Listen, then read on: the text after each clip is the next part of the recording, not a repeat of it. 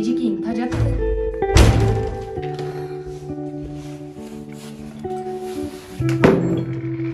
Geldim.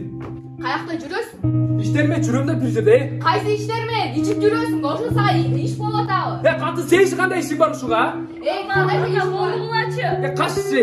Сен кандай эшексиң, я? Барчы ишин кылчы катын. Бүгүнгө чейин ушунча жашайбыз. Ата ишпеле койчу. Сен чоңоюп калдың эле акыл Сен үйрөткөндө. баланы эмне бактырасың? Барчы өзүң ишин кылчы.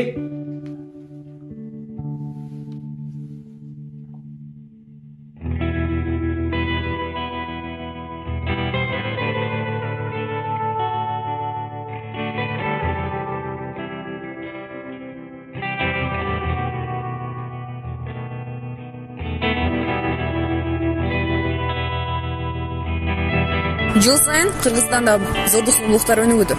Эмнегедир зордук зомбулук дегенде биз сексуалдык зомбулукту элестетебиз. Бирок андай эмес. Мына биздин видеодо биз баланын моралдык жактан өзүн ашыкча сезүүсүн көрсөтө алдык. Чындыгында үйдө болуп жаткан ар кандай майда чычатактар биздин келечектеги канатыбызды бир бөлүгүн сындырып коюшу мүмкүн. Келгиле, биргеликте зордук зомбулукка каршы күрөшөбүз. Эгерде сиз кайдыгер карабасаңыз, зордук зомбулук түп оту менен жоголот деп ишенем.